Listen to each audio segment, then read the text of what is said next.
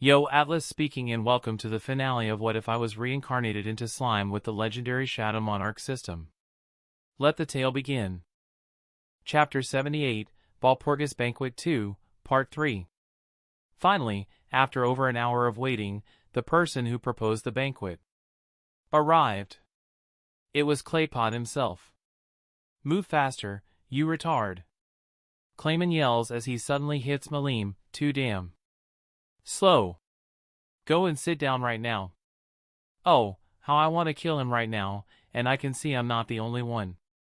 Even if Guy's expression didn't change on the outside, I know he is thinking the same. While it isn't hard for us to see through Malim's act, Rimuru, on the other hand, was furious as his aura leaked for the first time since entering the banquet hall. As everyone sat down in their seat, Rain started the introductions. Demon, Lord of Darkness, Guy Crimson. Fairy, Fairy of the Labyrinth, Ramiris. Dragonoid, Destroyer, Malim Nava. True Gigant, Continent's Wrath, Dragruel. Vampire, Bloody Lord, Roy Valentine. Fallen Angel, Sleeping Roller, Dino. Harpy, Sky Queen, Fry. Monarch, Shadow Monarch, Ashbourne. Deathman, Marionette Master, Clayman. Demonoid, Platinum Saber, Leon Cromwell. Slime, the leader of the Jura Tempest Federation, Rimuru Tempest. This concludes the introductions. Leading his seat, Claypot glanced over all the Demon Lord while stopping at Roy. For a bit longer. That reminded me to send some shadow soldiers into his shadow, so they could protect him against Laplace. He started his speech about how Carrion has helped Rimuru to proclaim himself as a Demon Lord, and according to him, that's why his army is in Tempest. He also said that Rimuru manipulated the kingdom of Pharmus to attack the Great Jura Forest as an excuse to attack humans, and that he defeated them with Carrion backing him up, and that's why Malim attacked Carrion's kingdom. While I know, and it wasn't hard for most people here to see that he is lying, still, even if that was true, so what? I did what he said when I awakened. Guy wiped out an entire race, and Malim killed hundreds and thousands of people in her rampage. Now, putting all his acting skills to use, he looked heartbroken.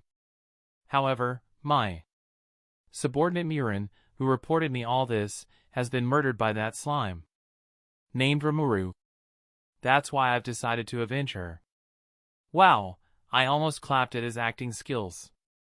While Rimuru technically killed her, she isn't dead. I guess you don't die when you are killed.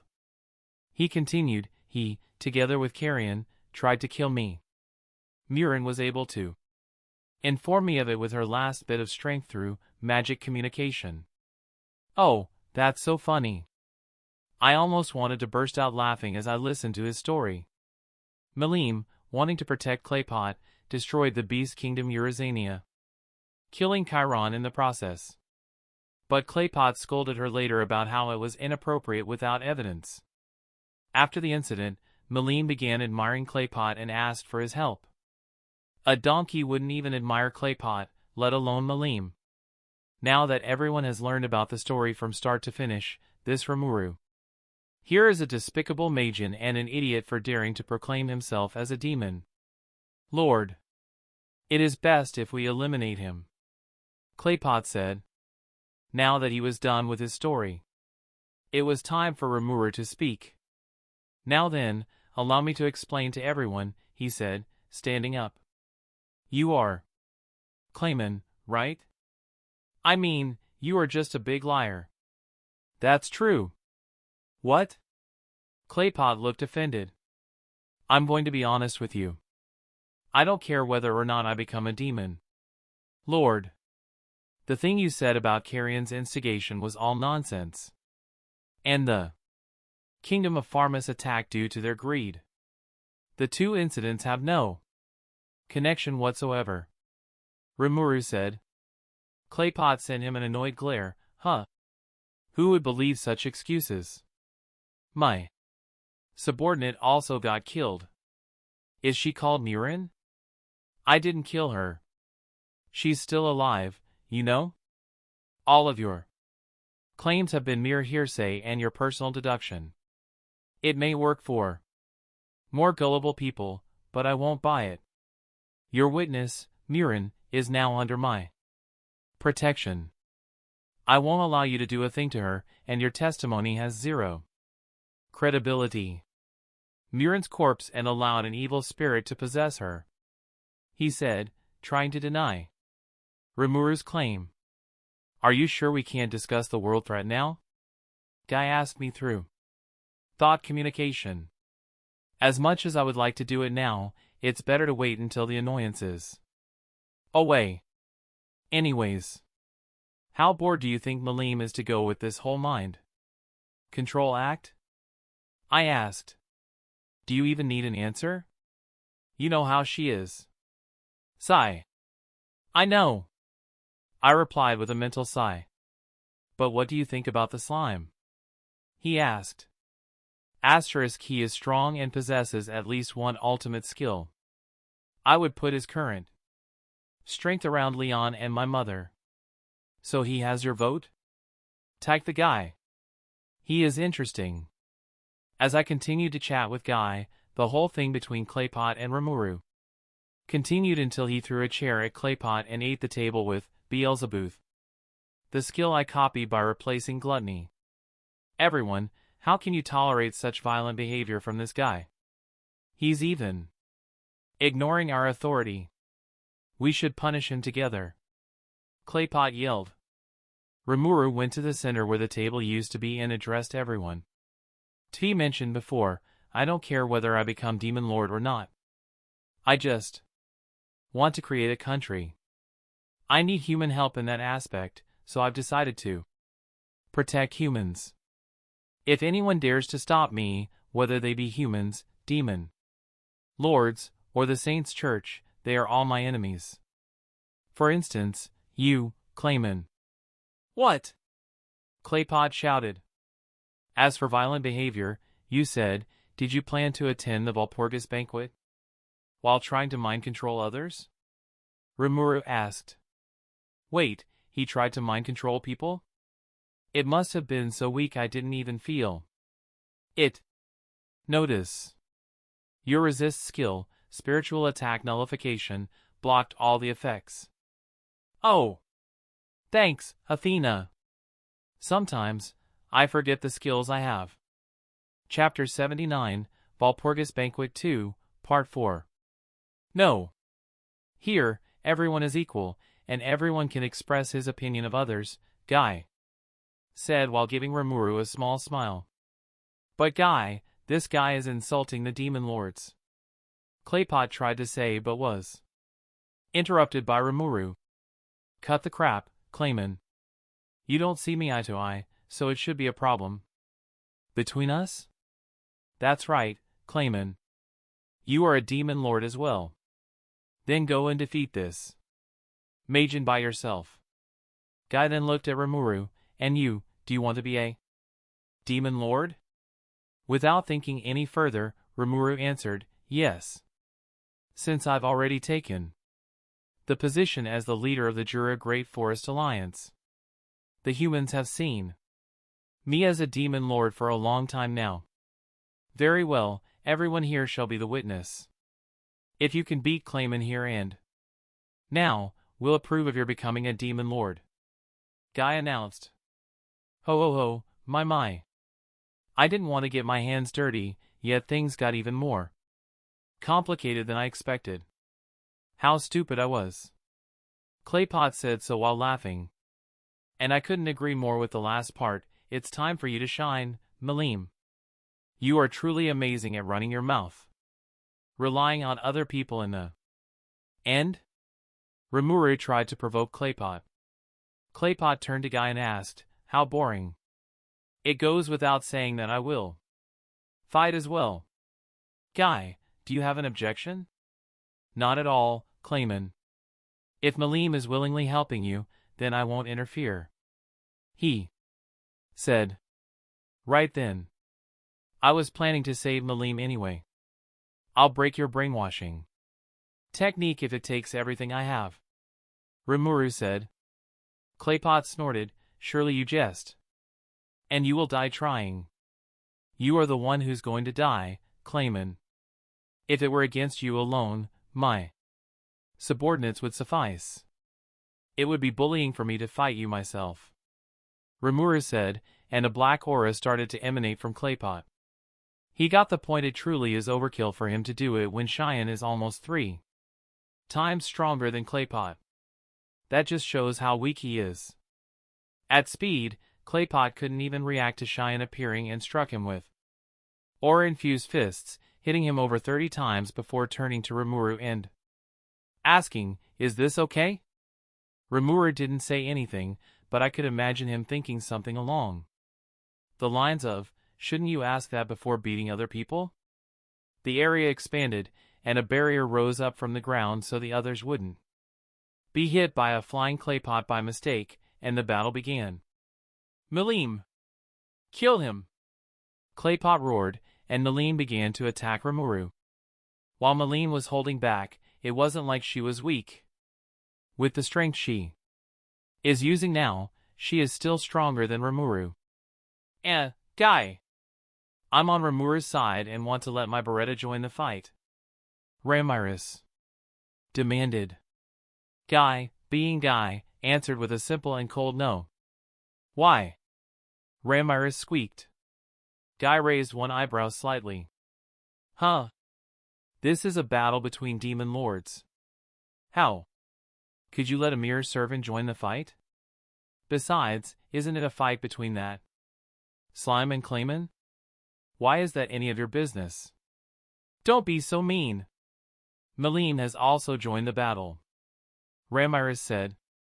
"Yeah, but that is fine. What is that supposed to mean? Why won't you allow me then?" She then went to me, "Ca. Ashbourne, help me." Not wanting to get involved in this, I looked at her as my eye glowed purple, and a smirk she couldn't see formed on my face. "I refuse." "Why is everyone so mean to me?" Ramiris cried. "Milim is probably planning something on her own. Besides, who's your servant loyal to? The other one's protecting you with all her heart, but this one really isn't. He's loyal to you on the surface, but is he completely loyal to you? Are you really fine with dealing with this type of unknown retainer?" Guy asked. It was true Beretta wasn't completely loyal to Ramiris. Rimuru summoned him, and his creator was Rimuru. Similar to my wish, Ramiris-sama also wants to save that lord. Beretta began, but was cut off by Guy. "Oh? You are not afraid of me and dare to talk straight to me. Interesting. Ramiris. Is this guy speaking the truth?" Guy looked at Ramiris. Of course, it's true. That's why Beretta, go in my place and save Rimuru. So this guy will carry out your wish. You've recruited quite the servant, Ramiris. No, I didn't recruit him. I am his companion. Beretta, Trainee, and Rimuru, too. And many, many, many more. Ramiris said with a smile. Never mind, I'll allow this, Guy said, putting forward his hand and opening a hole in the barrier. Many thanks, Primordial Red, Beretta said. Spare me the title. I'll allow you to call me Guy. But from now on, you can only recognize Ramiris as your master, do you understand? Then, Guy, I shall pledge my loyalty toward Ramiris. For that reason, please allow me to help Rimuru-sama out this once, Beretta said without any hesitation, surprising even Guy a bit. As Beretta left to help Rimuru, I chuckled, demons from the black lineage certainly are interesting, just like the black primordial. From what I heard, he decided to serve Rimuru and got his name. I said. Guy looked at me with a frown. It seems this Rimuru isn't the only one who named a primordial demon, Guy said, releasing some of his aura at me. The weaker people around me had a hard time standing even when his aura wasn't directed at them. I shrugged, not bothered about it. Testarossa is a new addition, but I named Ultima a few hundred years ago. You didn't even recognize her, I said, and he instantly understood who Ultima was. He chuckled quietly, dropping his aura down. Haha, you certainly changed. Violet. No, sorry, Ultima, I would never in my whole life have assumed this was you, he said to Ultima, who was standing behind me. TSK. Ultima clicked her tongue but didn't say anything. Being the mediator used to be easier before I met you. At least they haven't done anything for me to get involved. He mumbled. Chapter 80, Valpurgis Banquet 2, Part 5. I observed the battle as Malene was going for her final punch that would make a blue slushy out of Rimuru, but then, out of nowhere, someone appeared and took the hit for him. Oh woo! How can you suddenly hit people? Isn't that over the line? Veldora asked, with his hands around his head where Malene hit him. Veldora, why are you here? I heard Rimuru ask, and I felt slight killing intent. From my mother. Woo, that was super embarrassing. That doesn't matter. Did something happen to the town? Not really. Because that Diablo guy has returned, the defense network has become stronger. As they were talking, Veldora took out something that almost made my mouth water. It's a manga I haven't seen yet.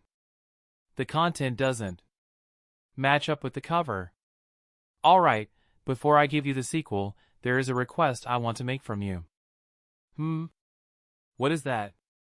You go ahead and have some fun with Malene over there. But you must refrain from hurting her. And that's how the battle between Malene and Veldora started, while Rimuru went out to deal with Claypot.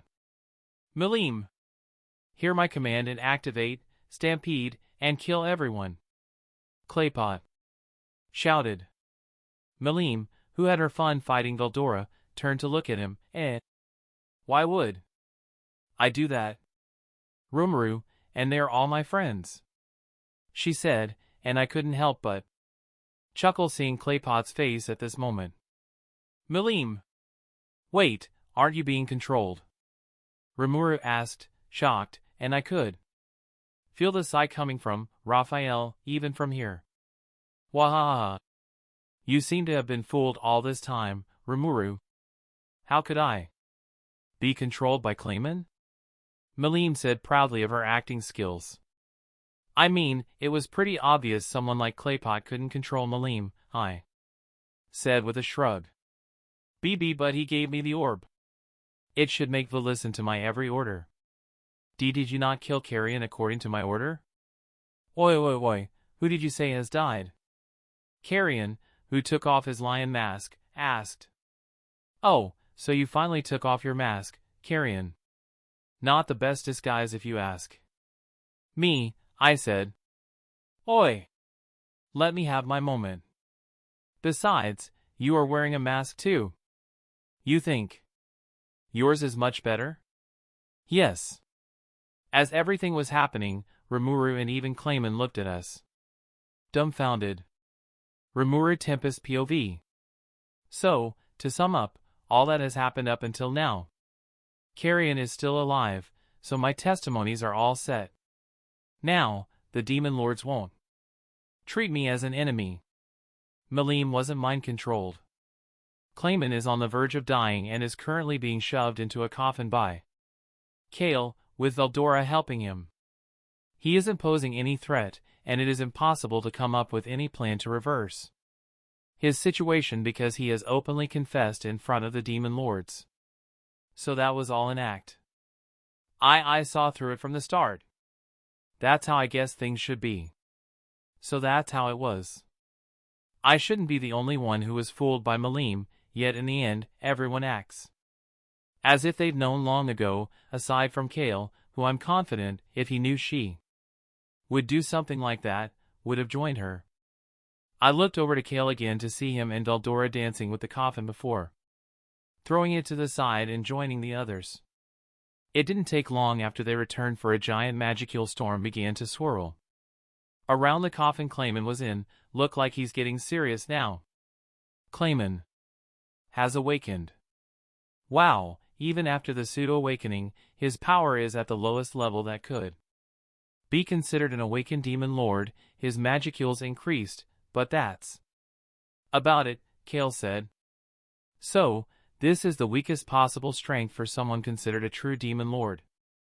I will put that in the back of my mind for the Tempest ranking system I started working on. But for now, I need to deal with him for good.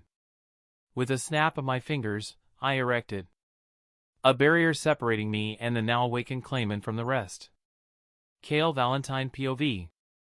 How dare he steal my technique? What a shameless guy. Guy mumbled, and I chuckled. Isn't that what makes him interesting? I asked. Guy only gave a hum but had an interested smile on his face. If you want to show your true power, then be quick about it. I'll wait. Or perhaps. Are you planning to fool around and flee away with that attack just now? Rimuru taunted. Claypot let out a crazy laugh. He, a miserable slime, how arrogant. You are indeed strong, I'll admit it. But this is not all my power. You seem quite confident in your control of aura, but will you be able to take this? This is my strongest technique. Demon Blaster. Why does that guy still sound so arrogant after being shoved into a coffin? Rimuru just extended his hand and easily devoured the spell. Eat it all. Beelzebub. After Beelzebub devoured the spell, Rimuru calmly walked up to Claypot. It's no use, Clayman. You are weaker than me. Impossible. How can this be possible? That was my ultimate technique. Claypot stuttered out. Shortly after, Rimuru put him under thought acceleration and started beating the shit out of him. Clayman, Rimuru asked calmly, Teal asked you one more time. Who leaked the message to you and gave you that orb?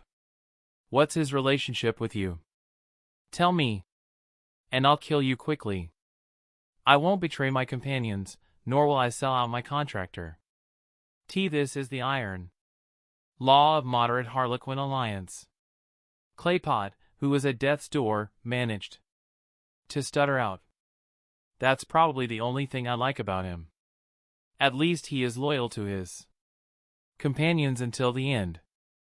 So, is this lord you were talking about the demon lord Kazlam? Rimuru asked. And I wondered for a while how he would know that. Before I remembered, I told him about the moderate Harlequin alliance during the Charybdis incident. How? Claypot asked with wide eyes. I see, then I don't need you anymore, Beelzebub. And that was the end of the Claypot. He will be remembered as the idiot who thought he could control an ancient dragonoid demon lord. Chapter 81, Walpurgis Banquet 2, Part 6. A lowly slime wants to be a demon lord. I would never agree to that. Roy said with arrogance. I guess my mother wanted to test what Rimuru would do against a stronger demon lord. Or it could just be Roy being Roy. Veldora, who heard it, flew towards him, looking like a super scion. Ha. How dare you insult my friend? Oi, Milas, your underling is quite rude to his superior. Should I teach him a lesson for you? He said, looking at my mother. I could have stopped it, but I decided against it. What do you mean by that?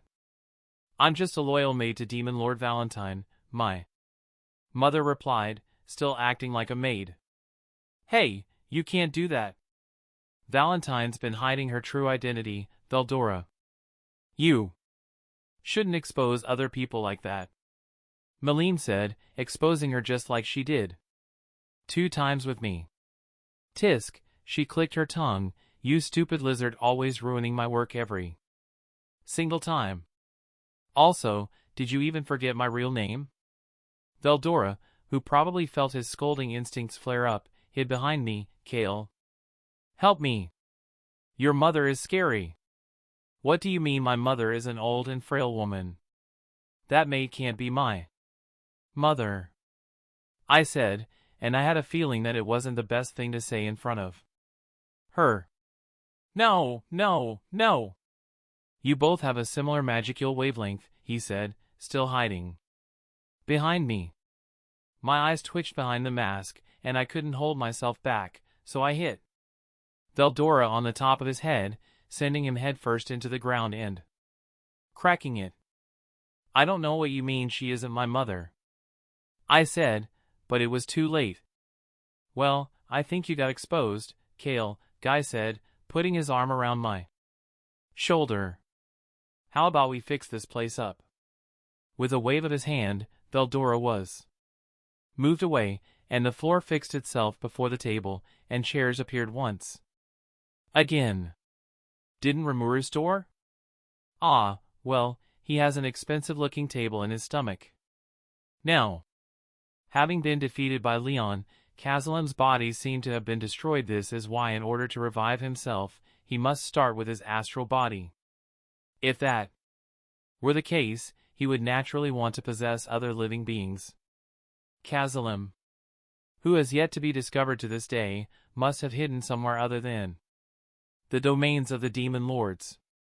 Rimuru said his theory before looking at me.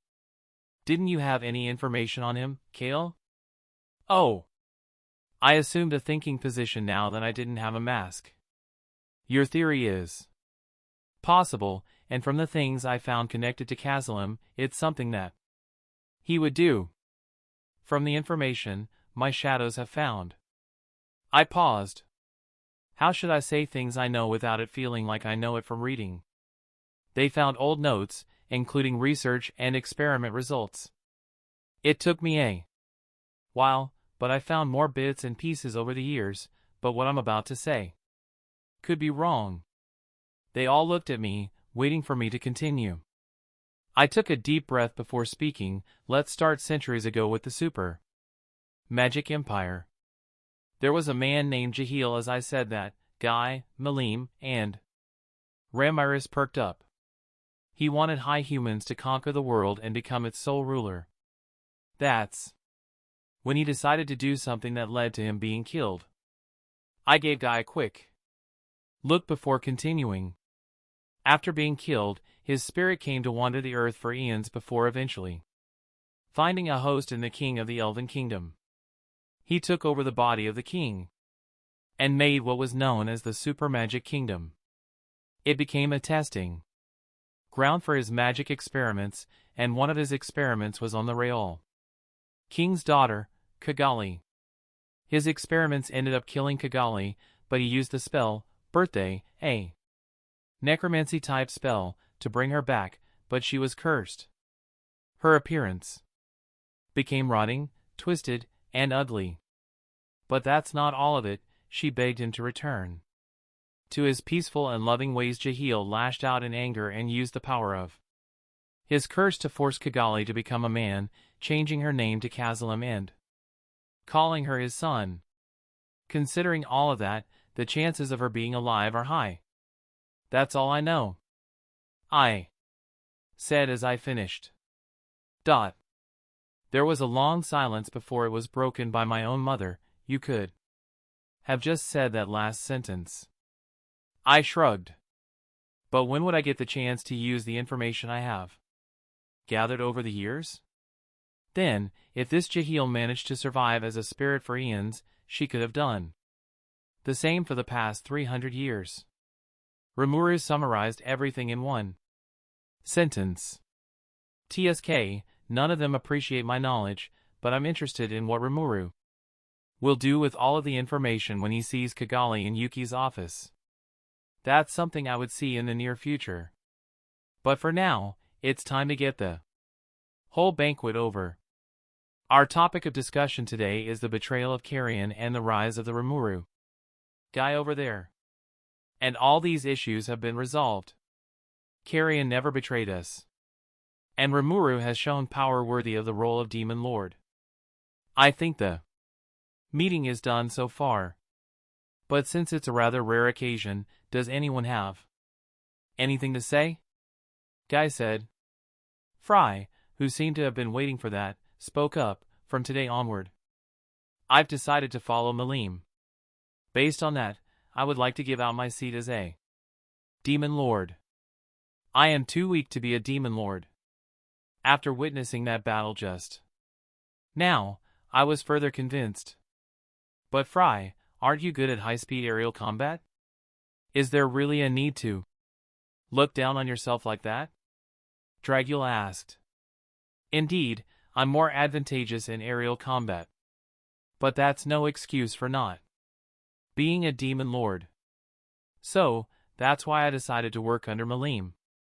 Carrion also decided to speak up. I, too, have lost to Malim during a duel. It's a different case when fighting against a hero, but now I've lost to another Demon Lord. This means I have no excuse to keep being a Demon Lord. That's why I'll now be Malim's subordinate. Chapter 82, Walpurgis Banquet 2, Part 7. So after Fry and Carrion stepping down and Malim's little outburst, we are finally here. I don't want to be that guy, but now our numbers decreased from 11 to 9.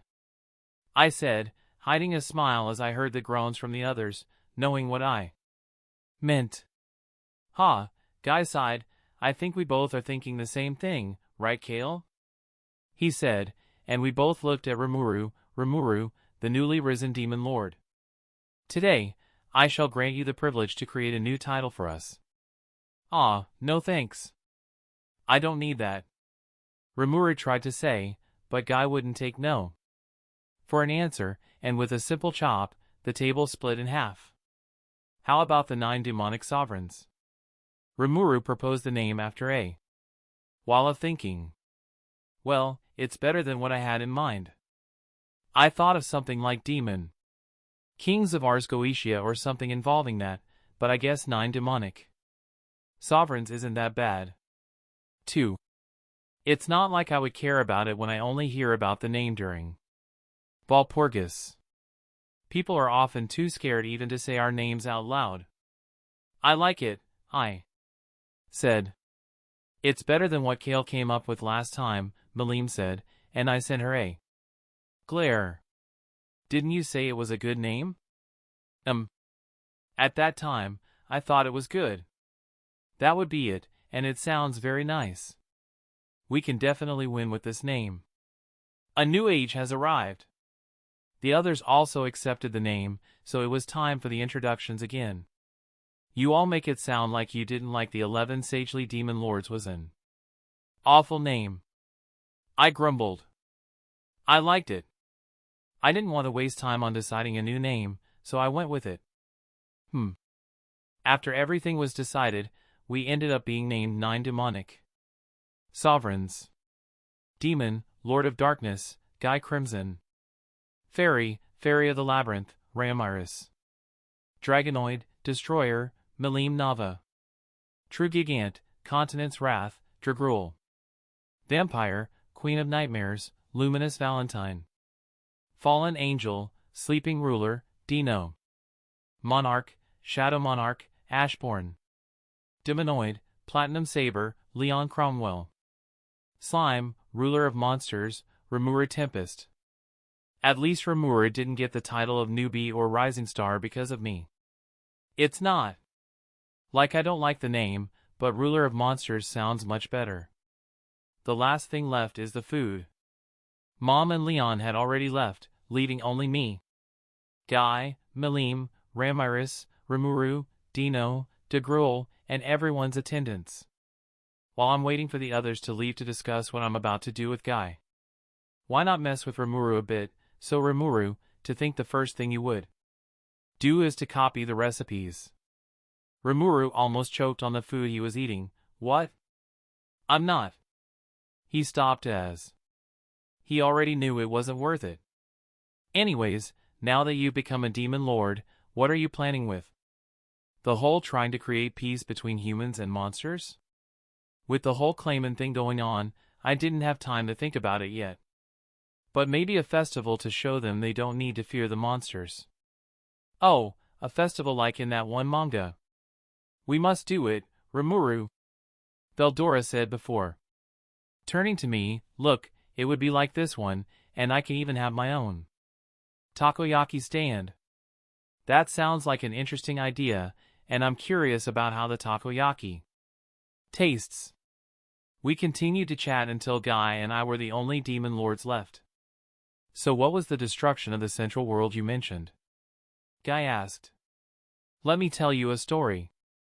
It's not going to be like the Kigale story, right? I just looked at him offended before starting my story, without any signs of Veldanava's resurrection. Even after centuries, he grew outraged upon detecting the sudden death of Veldanava after spending millennia in the otherworld.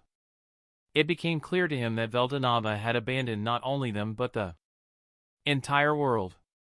In response, he vowed to destroy creation itself and take revenge on all sentient life, not just humans and demi-humans.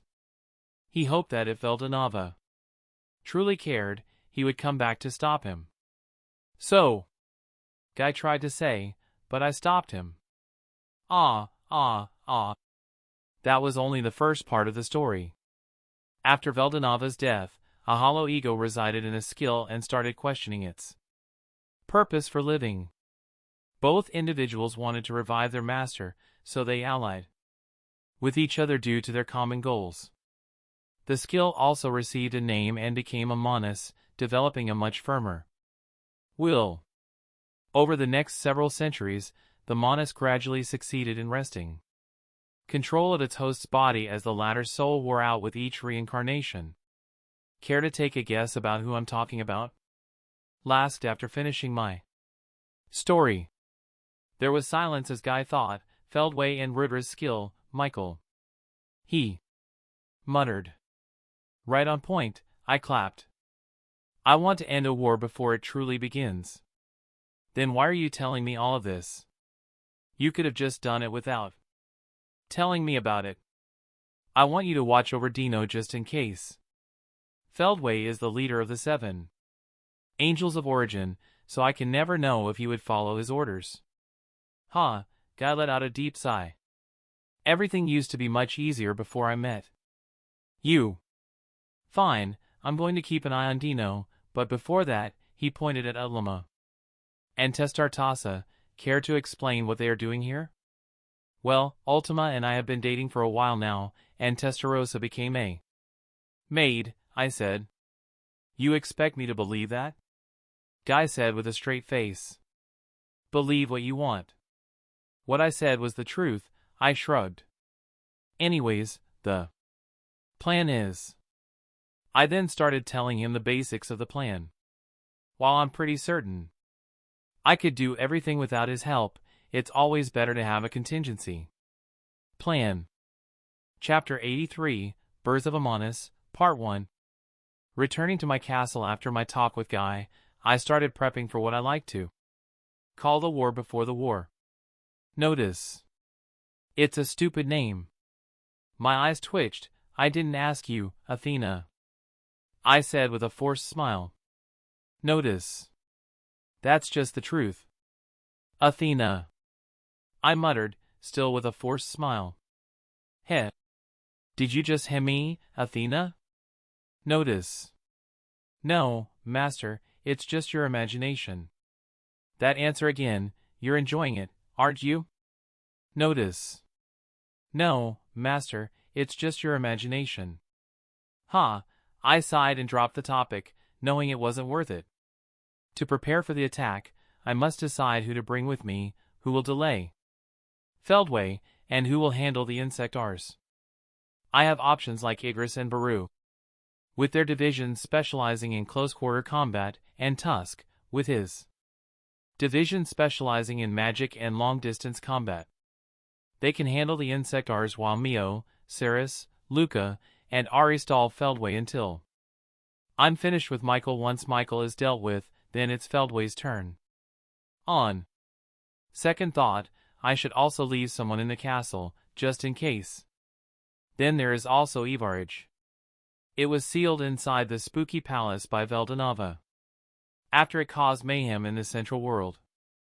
I also remember that while it's referred to as a dragon, it has no relationship to dragons or the dragon race. I continued finishing my attack plans for the next few days as I didn't want to rush it and make a mistake. While I'm confident in my current strength and that I could take them out, I need contingency plans in case something goes wrong.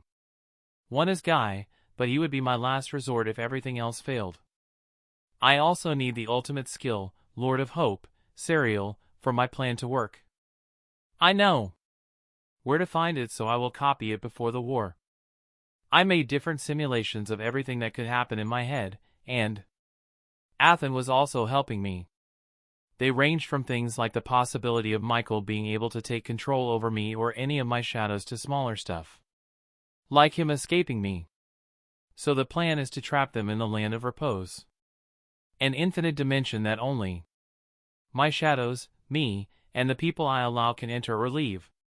In that dimension, I can do almost everything I want.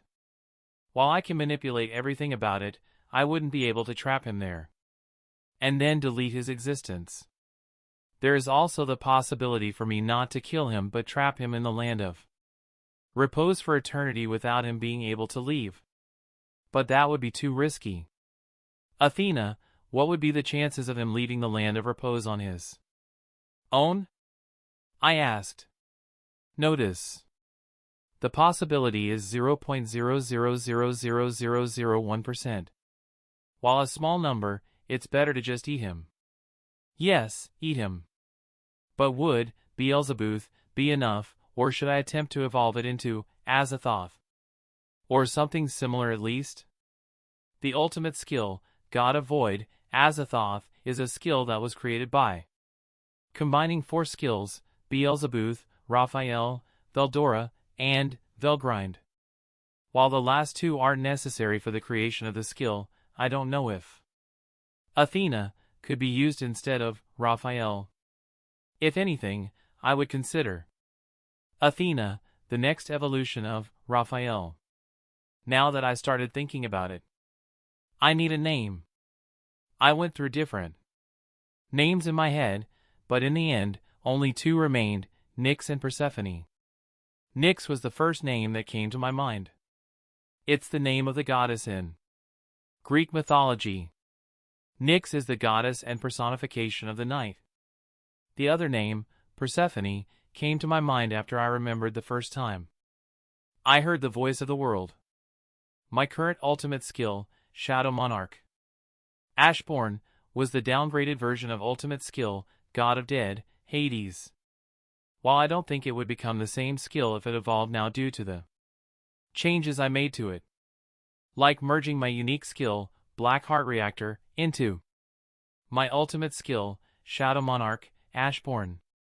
That skill was a mix of Satinel and Black Heart, so who knows what could happen now. But still, the name Persephone wasn't that bad, even if my skill became something different. Persephone, the queen of the underworld, goddess of spring, the dead, the underworld, grain, and nature. It's decided. Athena. I have maybe pushed back this for a while, but I think it's time. I paused and thought about the ego inside Athena. At first, I thought it was the copy ego of Great Sage, but that wasn't the case. The ego currently inside of Athena is the ego that was part of my system when I still had the unique skill, Shadow Lord. It integrated itself into Great Sage when I copied it and allowed it to talk with me, and I think that after over 300 years together, I think it's time, so from today, your name will be Persephone. Athena POV. Going through the plans, running thousands of different calculations, I was going through every possible scenario that could happen. My master, whom I have been with ever since he reincarnated into this world. At first, I started as the ego in his unique skill that only managed his status points and answered simple questions.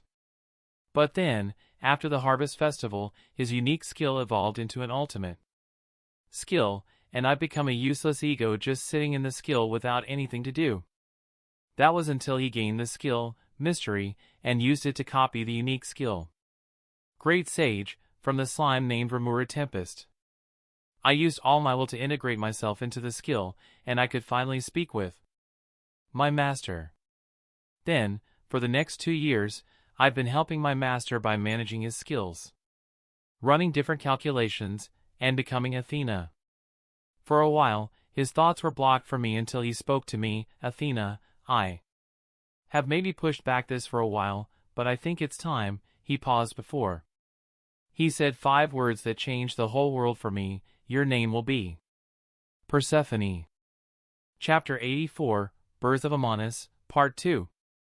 Persephone POV. For a while, his thoughts were blocked for me until he spoke. Athena, I have maybe pushed back this for a while, but I think it's time. He paused before he said 5 words that changed the whole world for me. Your name will be Persephone. One didn't know what to say. I had expected him to name me at some point, but one didn't expect it to happen now. Calm down, Athena. No! It's Persephone now. Deep breaths. Wait, I don't need to breathe. This was the moment when Amonis, Persephone, was born from the ultimate skill, goddess of wisdom, Athena. I quickly concealed my evolution from the voice of the world as I experienced emotions that a skill could not have otherwise felt. It was an eternal bliss to be named by my master, and I even felt slight envy towards all the demons and shadows that got to experience being named before me. I want to be Persephone. I will be the one who provides support to my master. Master Kale, I look forward to working with you from here on, I said as emotion filled my mind. I have the privilege to be together with my master's soul and help him for the rest of eternity. I can't afford to make a single mistake that would harm my master. My master needs to be the strongest being in existence so no harm would ever befall him. I instantly started working on optimizing and creating stronger skills for my master. Firstly, I will take a page from, I guess, my future younger sister's book. Technically, the future Monis, Seal, will be born from the same skill as I was born, making us sisters. The ultimate skill, God of Void, Azathoth, is created by combining both Beelzebub and Raphael. While my master doesn't technically have the skills, one can use the skill I used to reside in, Athena, and the copied version of Beelzebub, to make it. I started making the skill and decided to make some changes to it based on the True Dragon release and True Dragon nucleation by using my master's shadows instead of any of the True Dragons. My processing speed increased by millions of times since the original speed, and it didn't take me long before the skill was complete. The next thing on my list was to upgrade the Black Heart Reactor sub-skill of Shadow Monarch, Ashborn, even more than before. To do that, I need to evolve the Mystery skill. But the problem was my master's soul. As strong as it wasn't strong enough for him to house the evolved version of Mystery. My master needs to evolve from a monarch to a true monarch. Kale Valentine POV. I stood outside the dwelling of spirits with Ramiris. Are you sure about this? She asked. I didn't say anything but nodded. Persephone told me the conditions to evolve, and this method was the easiest. Taking a deep breath, I entered and walked forward. The moment I stepped in, the spirits inside started reacting. What? How? I could hear the shocked voice of Ramiris as I walked forward to the center. More and more spirits started to gather around me. But they weren't just random spirits. No, the spirits following me were both the light and darkness spirits. It seems to be working, just like Persephone said. Every second that passed, more and more spirits appeared and were swirling around me as if forming a cocoon of spirits. You can begin, Persephone, I said as my vision turned into a sea of black and white from all the spirits around me. The evolution will now begin. Master will enter sleep mode during this time. A sudden wave of drowsiness hit me, bringing back memories of the first time it happened over 300 years ago, and I fell asleep. Persephone POV. As my master entered sleep mode, his evolution started. His vessel and soul became even stronger than before, and his current magicule amount almost tripled in size. The only intrinsic skill he gained was True Monarch's Ambition, which was the evolved form of Monarch's Ambition. But now Master's soul was strong enough so I could evolve Mystery. Knowing exactly what my master wanted and how to make the best use for the skills evolution, I started by combining the following skills: Azathoth, Serial, and Astarte, with it. In this moment, the unique skill, Mystery, evolved into the ultimate skill, Swirl. Of the root, Akasha, 10 euros. It was and would probably be my master's strongest skill purely due to its capabilities. It retained the functions of the merged skill while also gaining new ones. I focused on the subskills of Akasha that will be the most useful for my current job. The subskills are Skill Creation, Skill Duplication, and Alteration, Euro. Skill Creation is a subskill that allows the user to create brand new skills based on the information obtained from analysis and the user's desires. Skill Duplication allows the user to recreate skills the user has a full analysis of. Alteration, the ability to modify and evolve skills. There is also the subskill, Skill Storage, that stores the information of all analyzed skills so they can be recreated later. I should analyze every skill I come across and store the skills I have already analyzed over the years. I made a copy of Serial for my new objective. Thanks to the light and darkness spirits, I merged them and Serial to evolve Ashborn into the ultimate skill, God of Life and Death, Ashborn. As the evolution would take around a whole day to finish, I started working on making Master's subordinates stronger. Starting with the purple primordial Ultima, I upgraded her unique skill, Rune Magecraft, into the ultimate skill, Queen of Shadows, Scadhack, and evolved her self-created spell, Curse Poison, into another ultimate skill, Lord of Death Poison, Samuel. The next person was the white primordial Testarossa. I evolved her self-created spell, Freezing White Flames, into the ultimate skill, Lord of Deathworld, Belial. Both of them gained a boost to their vessel and magicule capacity, just like the Shadow Soldiers. The last one, while not a subordinate of my master, still shared a soul corridor so I could upgrade her skill. Luminous Valentine, the adoptive mother of my master. I upgraded her unique skill, Lust, into the ultimate skill, Lord of Lust, Asmodeus. Of course, all skills were analyzed and stored in Skill Storage. Chapter 85, True Monarch. Waking up from my evolution, I stood up and tried to check my body. I didn't notice any outside difference in my look. I still stood at 195 centimeters with gray eyes and black hair. Actually, now that I look closer, my hair may be an even darker black. Persephone, could you tell me any changes after the evolution? I asked. Your vessel and soul has been strengthened, and your magicule's capacity increased significantly. Ultima has gained 2 ultimate skills, while Testarossa gained 1. Your mother also gained an ultimate skill. That is good. Gaining an ultimate skill made them much stronger, and my mother had gained her skills ahead of time. Was there anything else? Persephone? Anyways. While I tried to upgrade the effects of Blackheart with the use of Akasha, it didn't go as planned and maybe made you acquire an unlimited source of energy due to your soul now becoming similar to a perpetual motion machine. Basically, you can use the power of your soul to recharge your magicules infinitely and never run out. Oh! Your ultimate skill, Shadow Monarch, Ashborn, evolved into ultimate skill. God of life and death, Ashborn. God of life and death. That sounds nice. Wait, back up. Did you mess with my soul and made some mistakes?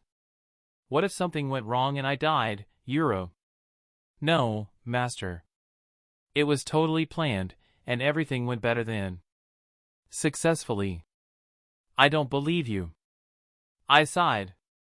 So my current, black heart reactor, sub-skill inside my ultimate skill, God of life and death, Ashborn, became something similar to the third true magic from the Nasuverse. Euro. It's more complicated, but basically, they have the same function. I see. But what are the other changes with becoming a true monarch?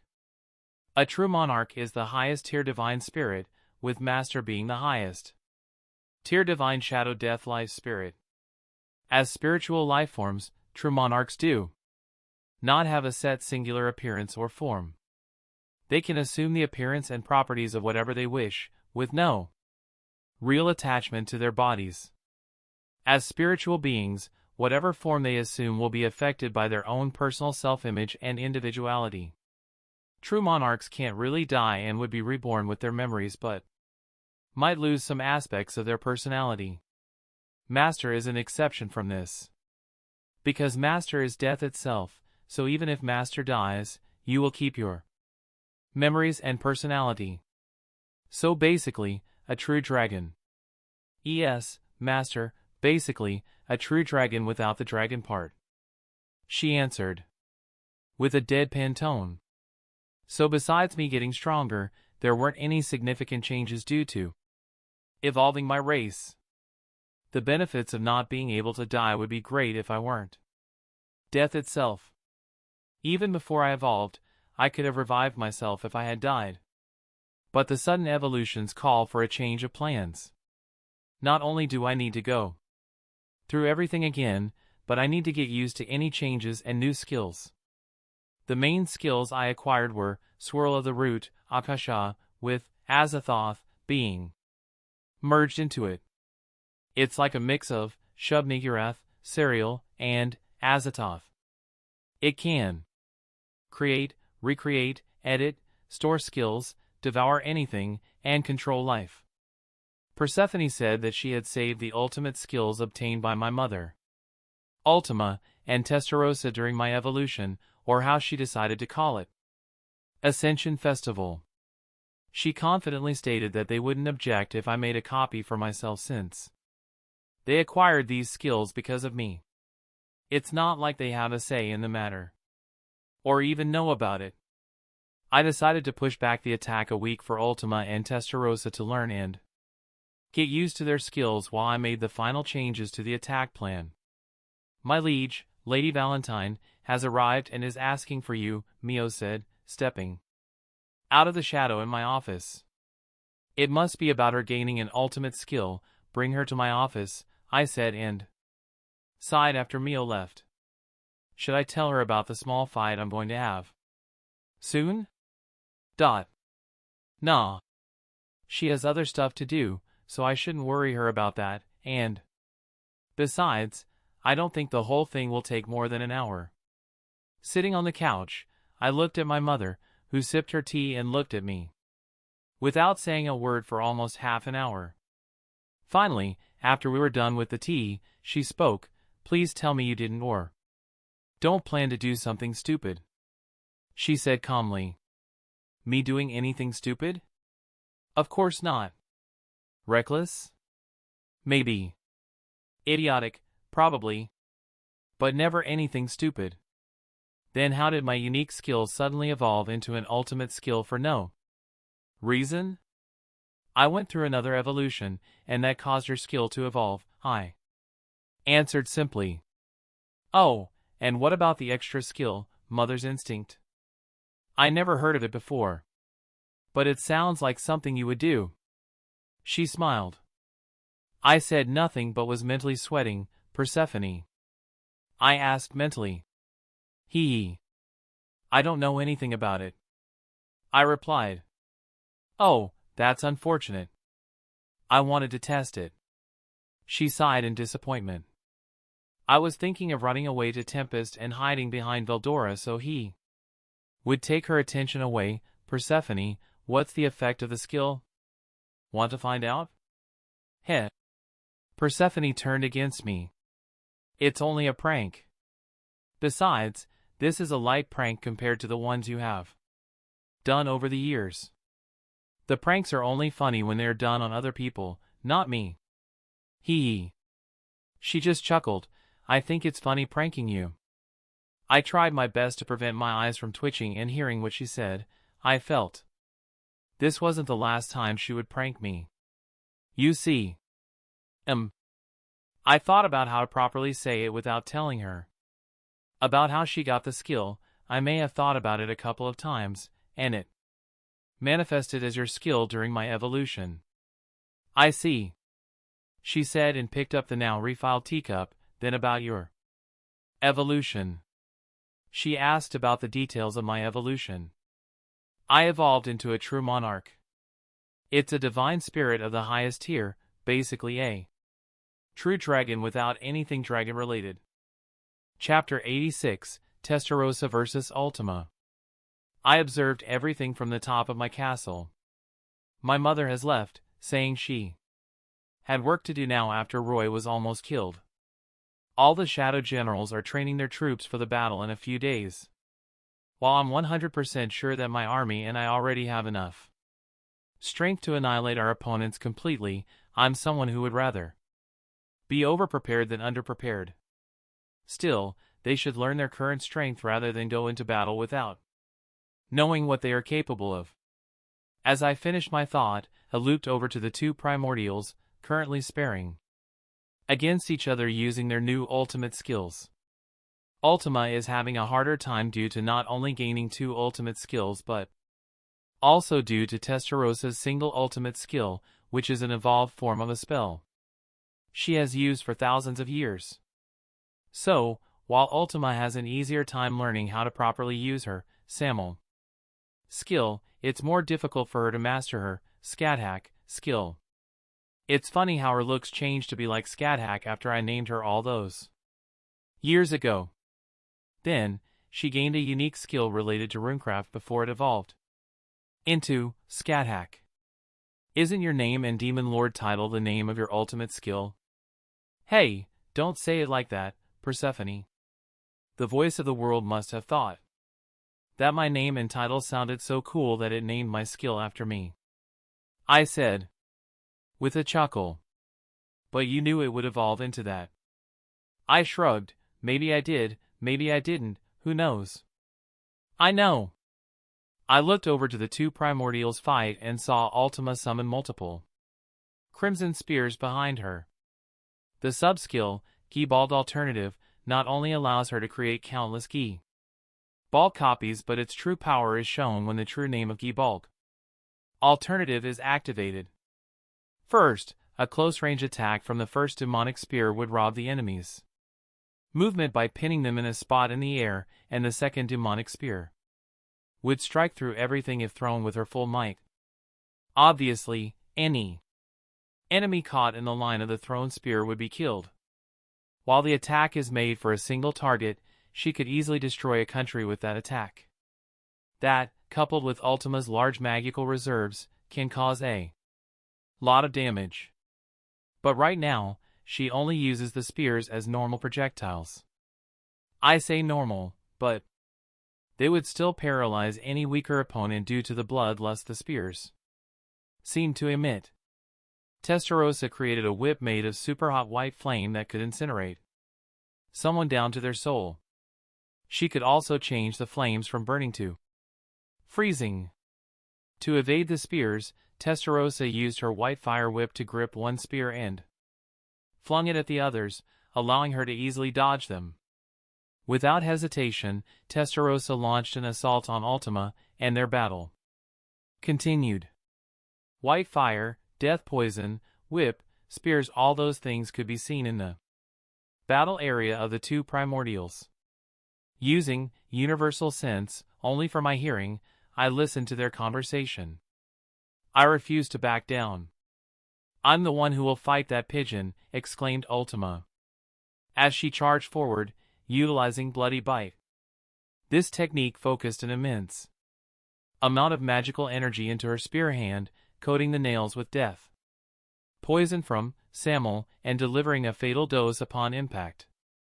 Fufu, you can take the ordinary angels that will disturb my fight, Testarossa reacted quickly, entangling Ultima's hand with her white fire whip and effortlessly throwing her aside while simultaneously nullifying her Bloody Bite.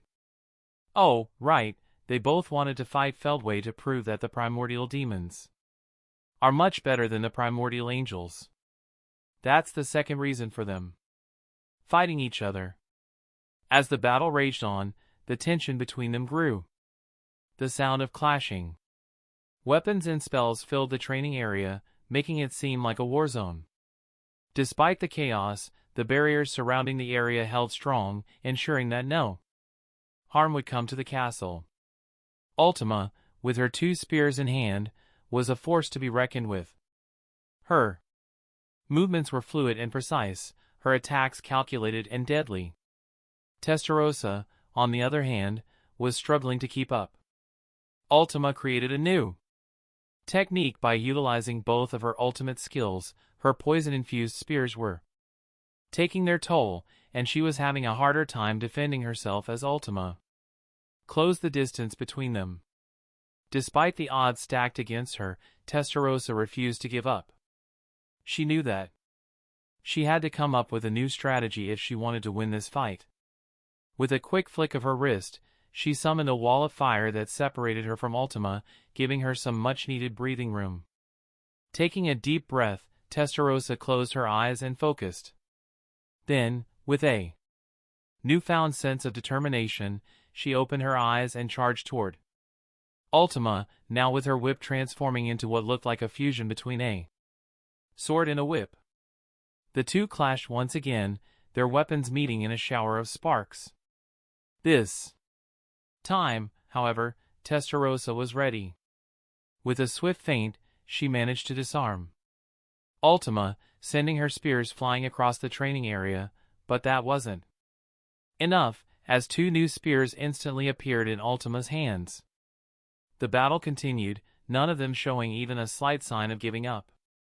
Ultima, with her red bloodthirsty spears, and Testarossa, with her white fire sword-like whip, were both highly skilled and determined to win.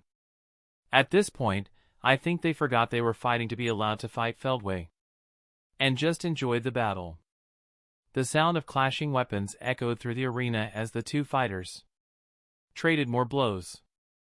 Throughout the day-long battle, Testarossa momentarily gained the upper hand by using her whip to ensnare Ultima's spears. However, Ultima quickly retaliated by materializing 2 spears behind her that shot toward her, leaving only a red trail behind. Testarossa needed to move away if she didn't want to get skewered by the spears.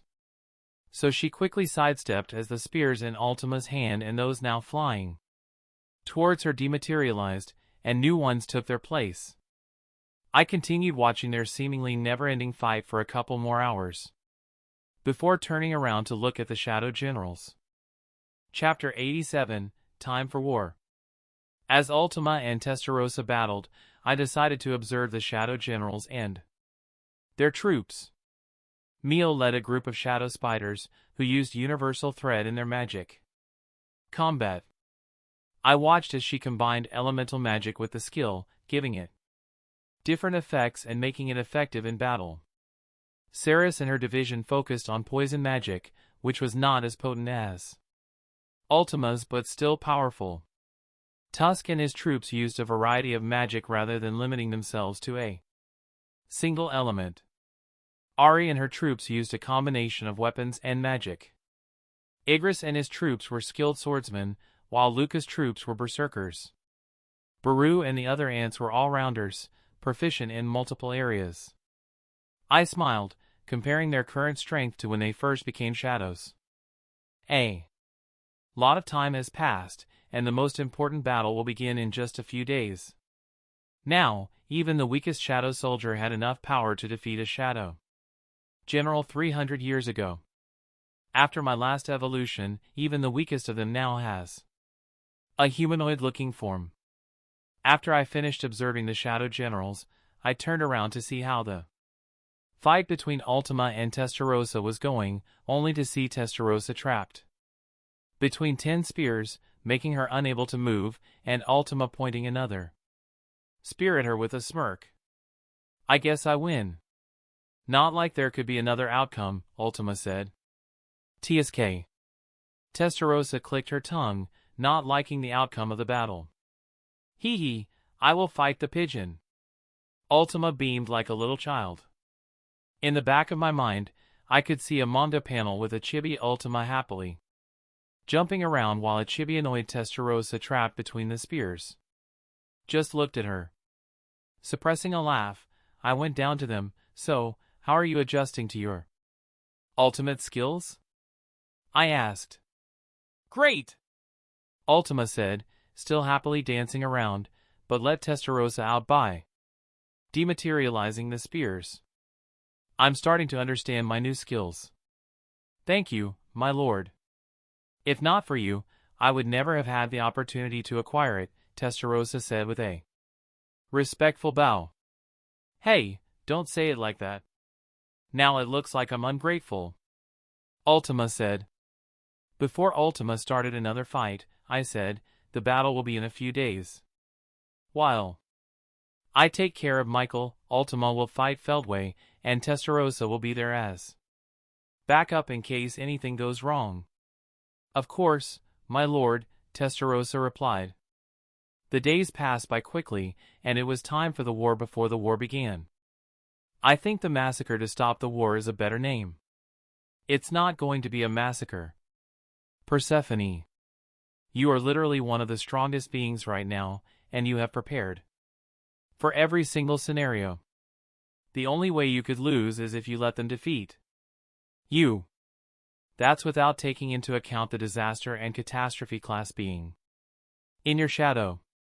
You make it sound like I can go there alone and wipe them out, because you can master.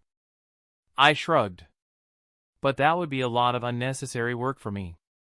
I take out the two important players and maybe Evarge while my shadows take out the rest.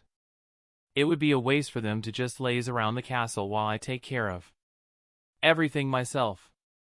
Just think of it like this. I could do everything myself, but I ask you for help with it, like doing the calculations. Maybe I should do a speech? It's not like it is something necessary, but I always wanted to make one. Ekm. I cleared my throat and began my speech. This would be my first and probably the last speech, so I hope it's good. You have been fighting for me for the past 300 years, and I must say that 1 a.m. proud of how far you have come. I have seen you grow from some of the weakest monsters and humans to now being considered one of the strongest beings in this world, and I am grateful to have you by my side. We may be up against strong opponents, but we are stronger. Losing is not something I have even considered, and I know that with your help, we will emerge victorious. I continued the speech, saying the first things that came to my mind, and as I finished my all, the soldiers erupted in a cheering roar with their weapons held high. The sound of their enthusiasm filled the air. This continued for around 10 minutes before the cheers grew quieter, and the generals who were at the front fell down on their knees. My liege, we thank you for every opportunity you have given us, they said in unison. With your blessing, we have gotten everything we couldn't even have dreamed of before, so we won't disappoint you. At their words, my expression softened, and a small smile formed on my face. I looked out at the sea of faces before me.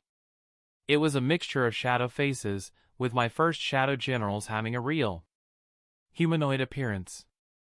I can clearly remember every one of them and how they have changed over the years of being shadows.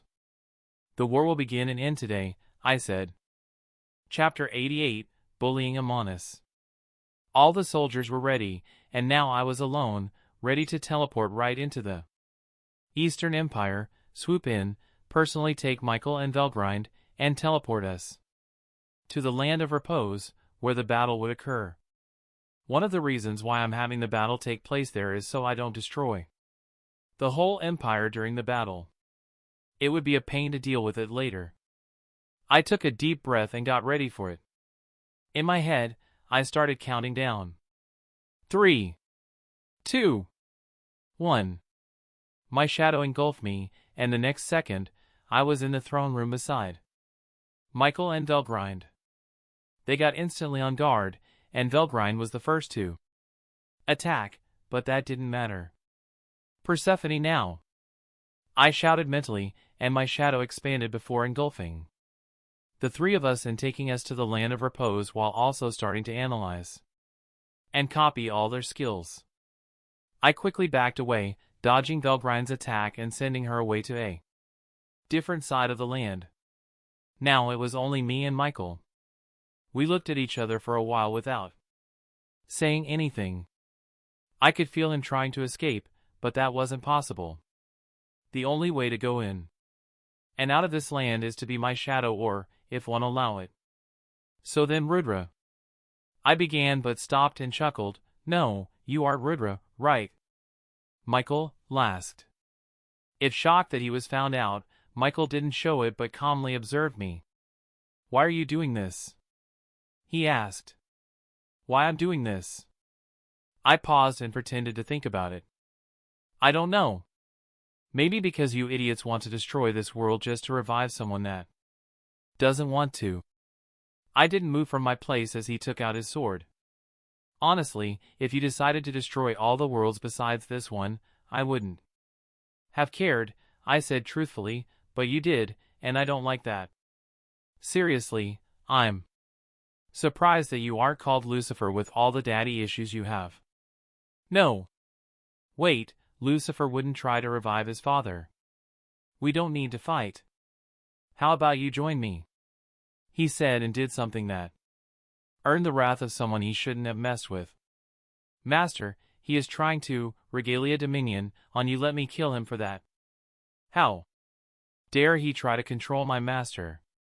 Calm down, Persephone, you know that won't work on me, I told her mentally. Besides, how is the fight between Ultima and Feldway going? I asked. Feldway's body has been teleported to the land of repose 100 meters from where Ultima was waiting, and their battle has started. The other targets have also been transported inside and are dealt with by the Shadow Generals. That was probably the most challenging task. It was finding Feldway's actual body. It took some time to find the body, but it's nothing I, with the help of Persephone, couldn't do. Another perk of this land is that I can temporarily give them access to my other ultimate skills. Of course, I didn't give them access to Ashbourne or Akasha, but to my other ultimate skills, I just got access to. If I did that outside the land of repose, their souls would have shattered immediately from having the skills. Good. I know Ultima will drag out the battle just for fun, and the other shadows should do their tasks now so I can focus on Michael. Sorry, but I'm not interested, and that cheap mind control trick won't work on me, I said with a bored expression. Michael, who still looked at me, closed his eyes briefly and sighed. Well then, that leaves only one option left. He then used Armageddon and summoned an army of angels. Of course, this only worked because I allowed it to. Persephone had asked me before the battle started so she could test out something. Lynn fused my dagger with the new spell that she had developed and swung it in an dill. Purple-colored energy shot out of my dagger and started expanding as it approached the army of angels before completely engulfing them. As it did, Michael's eyes widened. What? How? It's not possible. I didn't know what the spell did when I used it, but the moment it hit the first angel, I understood what it did. When the energy from the spell disappeared, I didn't see the white-winged angels anymore. Don't get me wrong, there were still angels, but not the kind I saw before. They have become my shadows, a shadowy appearance with black shadow wings and a purple glow. Oh, that's interesting. I didn't expect that, I said with amusement. Persephone will get a rise for creating this. You don't pay me, master. Now then, let's get this over, I said as my eyes focused on Michael, who was only a few centimeters away with his sword infused with melt slash and cardinal acceleration going for my head. I didn't react as the blade connected with me, and I could feel thousands of slashes over my whole body. I didn't move, I just observed as not even a single drop of blood came out of my body. Instead, it looked like he just tried to cut an illusion made out of shadows. The shadows returned to my body, and it looked like nothing had happened. Is that all? I asked with a raised eyebrow. Michael continued trying every skill he had, but the result was the same. Persephone and I had already prepared countermeasures for all we could, and now that I copied all his skills, his chances of defeating me became 0. Michael backed up. He knew he didn't stand a chance if his attacks didn't do anything. I'm a god in this realm, and you can't kill a god in his domain. Well, I didn't expect a big fight here as I know I'm much stronger than you, I said with disappointment in my tone. Master, can I take over now? Persephone asked. Sure, have it your way. I replied and got a weird feeling as I could still see everything happening, but it felt like my body was submerged underwater. My eyes changed from gray to red, and my body changed to my female form. Amonis, Michael said, shocked. Now, how should I discipline you? Persephone, who was now controlling my body, asked before a sadistic smile formed, and her eyes started glowing. Oh, I know. What followed was something I could only call bullying. I even started feeling slightly bad for Michael as I saw him digging his fingernails into the shadowy ground as Persephone dragged him away for his torture session. Not even his castle guard could do anything against Persephone. Oh! Ouch! That must hurt. Not that part of his body. I feel sorry for Rudra's body to go through all of this. Not wanting to see more of this, I quickly observed how Ultima's fight was going. And if I were in control of my body, I would have the biggest deadpan of my life. She was playing Hit the Angel with Feldway but throwing her infinite supply of spears. Oh, now she is playing Angel Ping Pong with Testarossa. Chapter 89, Rudra. I didn't expect this to be hard, especially after successfully getting them into the land of repose. Valgrind is around 3 hours away from our current position, so I should give that time for Persephone to deal with Michael. Feldway was being toyed with by Ultima and Testarossa. It feels wrong for the big bad guy in the story to be reduced to a ping-pong ball. I had the power and information I needed to efficiently deal with them, so that's what I did. I had complete knowledge about my enemy's history, skills, and motivation, which made everything easier. If this were someone unknown to me, I would have been more cautious, but that wasn't the case, so I could fool around, especially when nothing could surprise me. In this land, in the land of repose, I was omnipotent. 3 hours passed in the blink of an eye. During this time, I contacted the Shadow Generals to see how their battle was going, and I wasn't even surprised to hear that they had already dealt with everything and were waiting for my arrival. What is an army of a couple of million for my shadow army with multiple ultimate skills? The answer is nothing. There is only one way for my shadows to lose, if they had an attack similar to Breath of Destruction used by Antares. That attack is capable of erasing everything from existence in an instant. Even my immortal shadow soldiers with their ultra-speed regeneration wouldn't be able to survive it. But that isn't something that my current enemies are capable of. As I felt Valgrind was 10 minutes away, I told Persephone to change back with me. My body changed to its male form, and my eyes turned to their usual gray color. I looked at the broken body of Rudra and felt a bit of pity for Michael. He had to deal with 3 hours with an angry Persephone because he tried to mind control me. Pr. Ed. Mo. He couldn't even speak properly now. I'm going to let you rest. Your goal wasn't bad, but how you tried to achieve it was, I said and put my hand toward him. Akasha. Akasha started to consume him with any resistance. Manas, Michael has been devoured. Every trace of his ego has been removed. Ultimate skill, Lord of Justice, Michael, has been acquired. Persephone reported. Good job, Persephone, I said and sighed. While Michael and Feldway are my enemies, I would probably have done the same if our roles were reversed. Hell, if I ever died and didn't reincarnate, I could see Persephone doing something that would make their plans look like child's play to revive me. It wasn't the time to think about things like that. It was also when Velgrind, now under my control since I took Michael from Michael. Now let's turn off the mind control for her. Persephone, do your thing. Effect of ultimate dominion on Velgrind have been turned off, Master. Now then, Velgrind, let's talk about bringing the real Rudra back. I began and explained how I would bring Rudra back.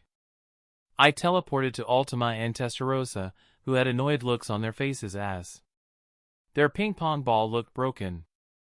Velgrind, who was with me, even looked at him with some pity. Feldway, who was in his actual body, looked terrible. That was the best way to describe his current appearance. Almost all the feathers of his 3 pairs of angel wings fell off, leaving huge patches, and all of them were crooked due to him being used as a ping-pong ball. Some of his hair had fallen out, and he even had stab wounds from Ultima's spears. Overall, he looked like he would die at any moment. Did they use thought acceleration on him? Yes, I helped them by accelerating his thoughts by 100 million times, meaning that for him, he was used as a ping-pong ball for 3 million centuries. Ouch! That surely couldn't be a pleasant experience. You don't say, Master, Persephone said flatly. Anyways, good job the both of you, I said and walked towards the dying Feldway, and without even saying anything to him, I activated Akasha and devoured him. Feldway is now completely gone, Master. Now, then, the final step of the plan. Bring back Rudra and let him deal with the shit going on in the Eastern Empire while also forcing him into a peaceful new age. What was that about forcing Rudra into something? Velgrind asked. Ah, Velgrind, I forgot about you. Don't worry. It's just making a non-aggression treaty with the Kingdom of Monsters so we can enter a new age of peace. No, the normal demon lord stuff. Bring him in, I said through thought communication, and Saris appeared with Masayuki Hanju, or the soon-to-be Masayuki Rudra Nam al Nazca. Please don't kill me, he said. I chuckled and put my arm around his neck. Don't worry, I won't hurt you. I need your help with something. Is that okay with you? I asked, putting some pressure on his shoulder. Why, yes, he answered, but it sounded more like a question. Good. With a bright smile, I said, Persephone, get to work.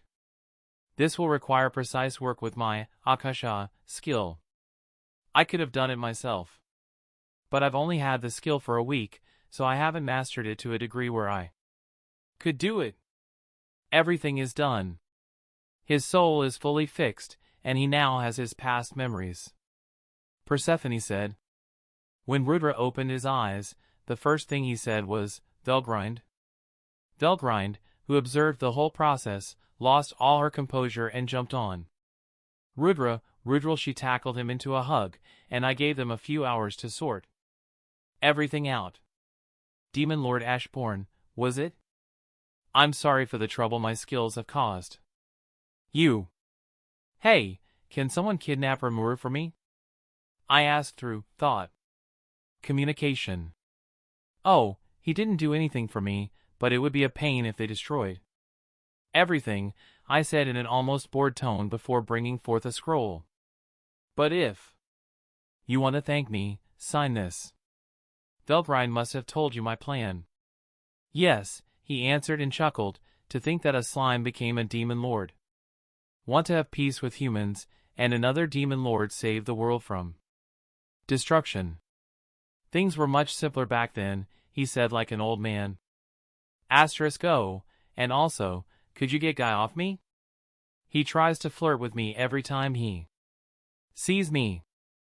I said. Rudra just put his hand on my shoulder and said, I know how it feel. We stayed there in silence as we knew each other's pain. If Leon were here, he would also have joined us. Ekm. Velgrind coughed, breaking us out of the moment and dragging Rudra back from me. Chapter 90, King of Heroes E. Now, just sign here, and everything will be done, I said with a smile. Why does this feel like I'm signing my soul over to the devil? Rudra muttered as he signed the non-aggression treaty. Oh, I wouldn't need permission to take your soul, but that's beside the point. I looked at the new arrival in the land of repose. Rimuru, your turn now. So you kidnapped me and made me sign a non-aggression treaty with the strongest nation? I was dealing with the problem in Raja. Rimuru said with a tone of disbelief, annoyance, and gratitude for my help. Raja. I muttered to myself. I think there was something about that place. I then had a look of realization. Oh.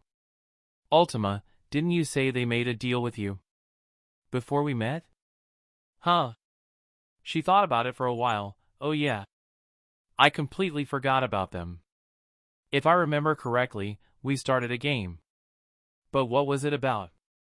The queen is dying due to a cure on her tiara, Rimuru said. Oh yeah, that's it. She would get enough power to protect her country, but her future children would be cursed. Could you undo it? Rimuru asked Ultima. I don't know. Ultima looked at me. Go with Rimuru and help them with it.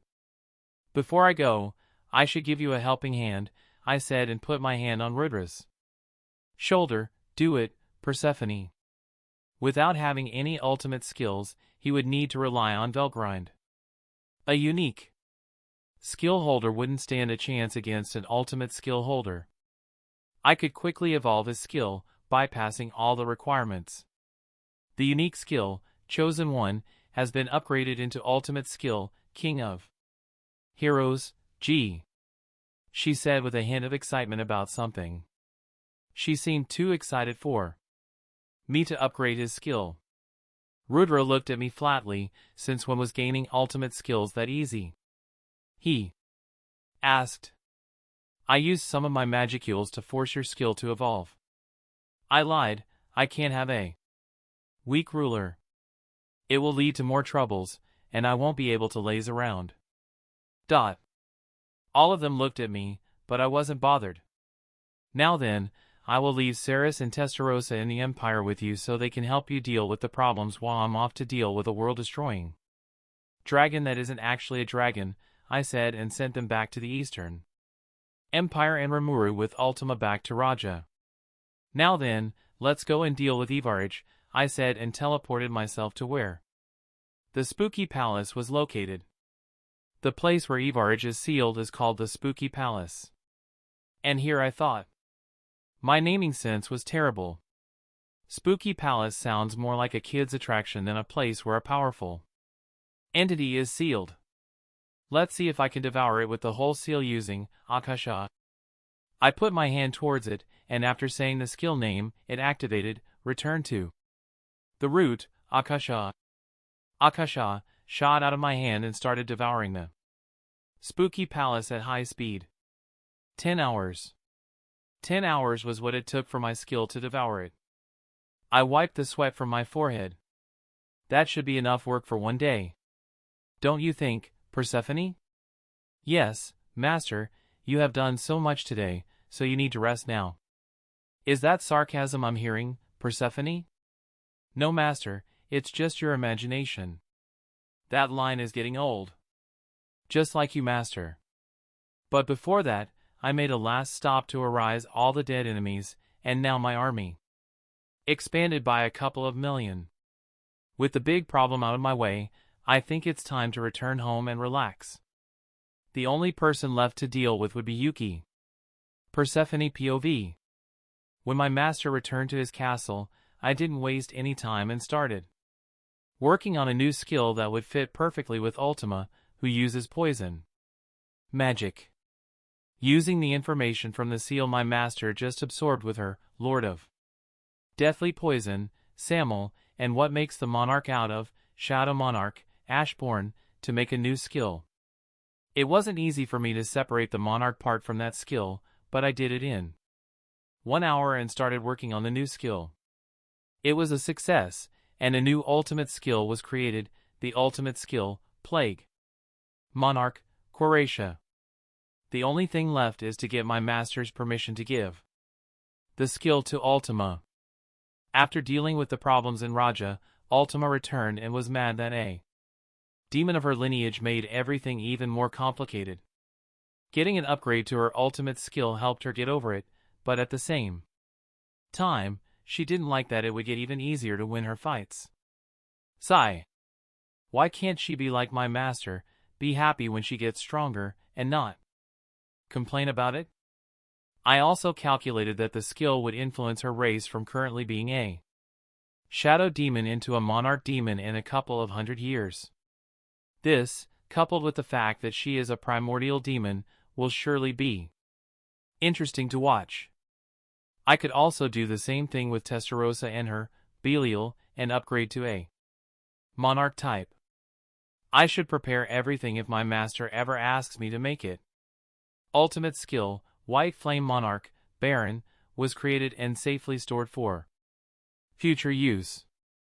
But the most important skill my master gained today is the ultimate skill, King of Heroes. The skill, as my master would describe it, is an absolute cheat and plot armor. Of course, now that I have it, I can easily counter it if Rudra ever tries to do anything to my master. Chapter 91, Tempest Founding Eve's Celebration. Part 1. Some time passed since the whole getting rid of annoying pests thing, and since then, I haven't done much. But a few days ago, I was invited to the Tempest Founding Festival, and who am one not to appear there? Now, where is my flamingo suit? I said, excited to wear it again. Master, I need to tell you something. Persephone paused, seemingly thinking of the best way to tell me. We decided it would be best to burn all the clothes. You what? My flamingo suit. Why, of all the things, did they destroy my flamingo suit? No, maybe it could have survived. I said with hope, but it didn't last long. Gree cut it into 1,000,000 pieces before Testarossa used her white flames to burn it, and just to be extra safe, Ultima used Gibald Alternative on it. Why? Why are we still here? Just to suffer. Rest in peace, my flamingo suit. If possible, I would have brought you back as my shadow. I ended up with a suit similar to the one I had used for the Valpurgis banquet. I will bring Ultima with me, while the shadow generals will have their days off during the festival to do whatever they want. It will be a fun place to rest after dealing with the annoying dragon simps and the sealed, not actually a dragon. The not actually is important. Yes, it is. I looked myself over in the mirror, and even if it was not as magnificent as my flamingo suit, this one didn't look that bad. I wore a dark purple suit with a dark purple tie decorated with metal appliques and contrasting lining. I wore a black shirt, and to complete the look, I wore a black brushed leather belt with a gunmetal gray buckle adorned with smoky gray diamante embellishments and a gunmetal gray tie clip. After checking out my outfit, I looked over to Ultima, and the only thing I could say was, wow. She looked stunning.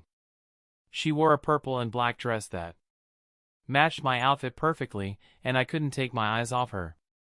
With a playful smile, she asked, "So what do you think?" "You look beautiful," I replied without leaving my eyes off her for even 1 second. I looked around, observing every important figure of each country had gathered. I entered the tatami room and saw Rimuru chatting with King Gazel there, talking about his train concept. With how fast your country is developing, it could cause problems when the angels descend, Gazel said. Why would that cause a problem? Rimuru asked, confused. You don't have to worry about it any longer, I said, sitting down on the sitting cushions. I'm fairly certain that the angels won't be a big problem anymore. Kale, I haven't seen you in ages, Gazel laughed and poured me a glass of wine. If we didn't count that time a few years ago, then the last time we met was when you were being taught swordsmanship, I chuckled lightly. To think that was 300 years ago. Gazel sighed. After learning you were still alive when I first arrived in Tempest, I couldn't fall asleep for a whole week. Come on, Gazel, it was a few small pranks. You should have gotten over them by now. I fear for the people you do a normal prank on. But back to what you said about the angels not being a problem anymore. Rimuru also looked interested. Seeing as Rimuru here hasn't even heard of it, I should explain about the Tenma War. Basically, every 500 years, the angels descend from heaven and attack the central world. But why are you so sure that it won't happen again? Rimuru asked. You remember when I kidnapped you not so long ago to sign the non-aggression treaty with the Eastern Empire? Rimuru nodded. Before I kidnapped you, one dealt with the problem and made sure that there wouldn't be any problems in the future. I also have threatened Rudra a bit, not ever to summon the angels again, but that's another story. Also, the big problems that would try to destroy the world have been dealt with. Speaking of which, did you invite him last? I sent an invitation, but I don't know if he will come here. Gazel, who was listening to everything, was surprised. So the non-aggression treaty with the Eastern Empire was true? Here I thought the non-aggression treaty with the Holy Empire was something. Yeah, you see, Kale here kidnapped me and made me sign it. Rimuru replied. Awkwardly. I see. Gazel looked at me. I can't even understand how you can pull off something like that. Oh! I'm not as weak as you might think, Gazel. Let me introduce myself properly. I'm the Shadow Monarch, Demon Lord Ashbourne. After I introduced myself with my title, Gazel looked like lightning had struck him. You were the Demon Lord Ashbourne the whole time? Didn't you say you used to be a holy knight? Ah, that wasn't a lie. I used to be one before I became a Demon Lord, and the name Ashbourne is also something I use when I'm on Demon Lord business. We continued catching up and talking about different things. Rimuru continued to explain the train project while I also brought up other ideas for him. One thing we talked about was the dungeon he started building, but my ideas got shot down instantly. They truly don't appreciate my dungeon designing skills. Even the new king, Yum, decided to join us. This was the first time we both met. But apparently, Ultima and Niran quickly found a common topic to discuss. Chapter 92, Tempest Founding Eve's Celebration. Part 2. Ah, it is a pleasure for me to welcome you here today. I am Demon Lord Rimuru. I would prefer for this night to be free of serious topics, and instead, I would like to direct you toward our nation's dishes that I hope you will enjoy.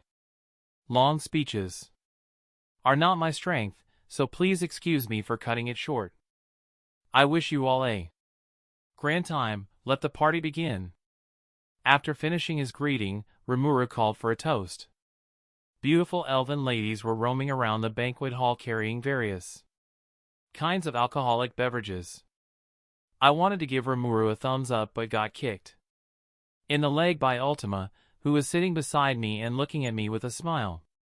Aren't you looking at the elves a little too much? She asked in a low voice.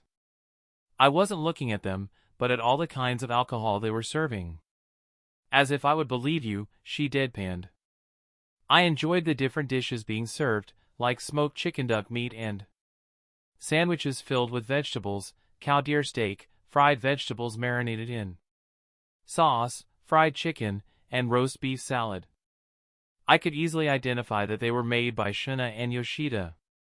Ultima always enjoyed the food Yoshida made during our trips to Ingracia, so she, of course, loved the food made by Shuna, whose food was even better than Yoshida's.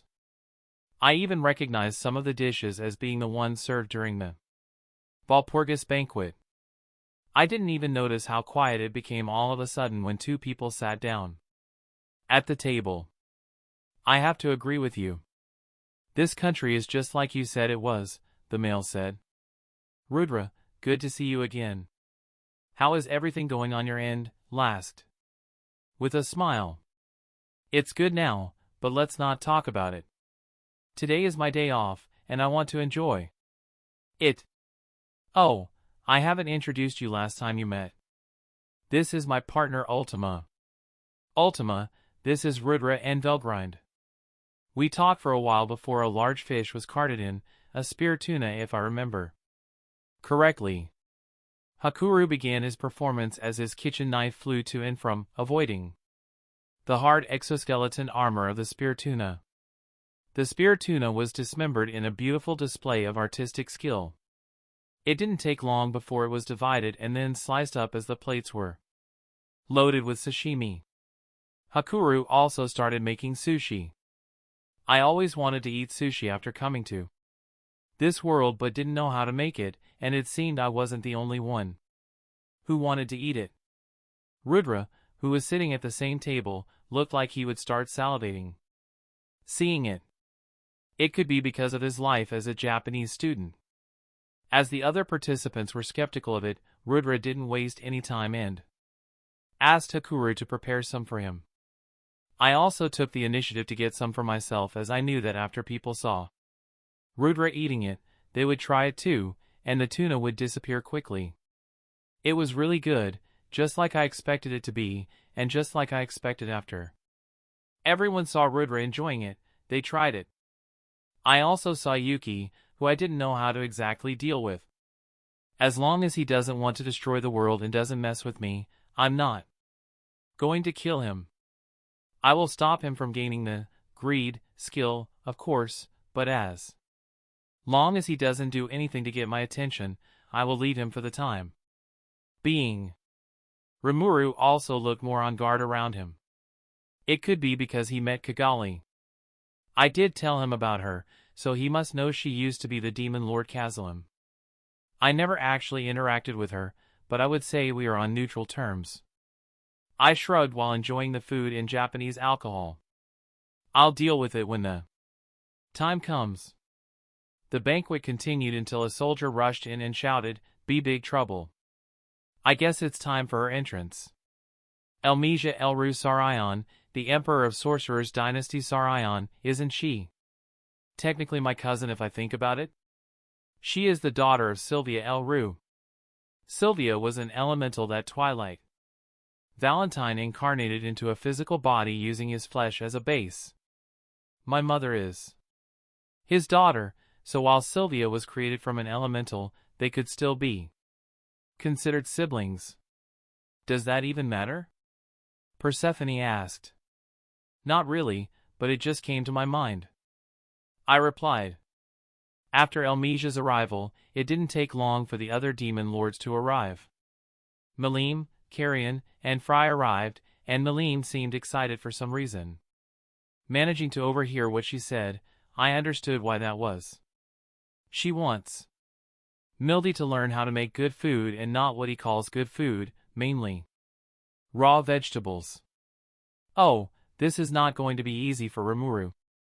After Rimuru welcomed them and compared Fry to a bird, I decided to say hello to my fellow demon lords. Whoa, wait! Ow, ow, ow, that hurts, really. Carrion cried as Frey's transformed fingernails dug deeper into his head. Dangerous. If this gets any worse, it will really be dangerous. I was wrong. I'm sorry, so please forgive me, Fry. Carrion, you really learn when to stay silent, I said with a shake of my head. I agree with Ashbourne, Fry said with a smile and decided to spare Carrion for now. Malim observed me and had a big smile. You have become much stronger. We need to fight.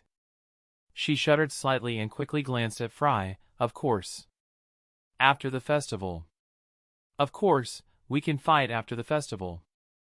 I heard Ramiris is here in Tempest, so she can open the door to our fighting area. But I think there is something more important you have to get done now, I said. Malim nodded, and that's how Rimura's mission of making Mildy learn what good food is began. It was also the first time I saw Shuna angry, but it worked out. In the end, the rest of the banquet went by without any problems, and the founding festival will start tomorrow. Chapter 93, Tempest Festival. Today's Tempest Founding Festival is but the first debut project. With that being said, I hope everyone will have fun. Rimuru ended his speech, and the festival began.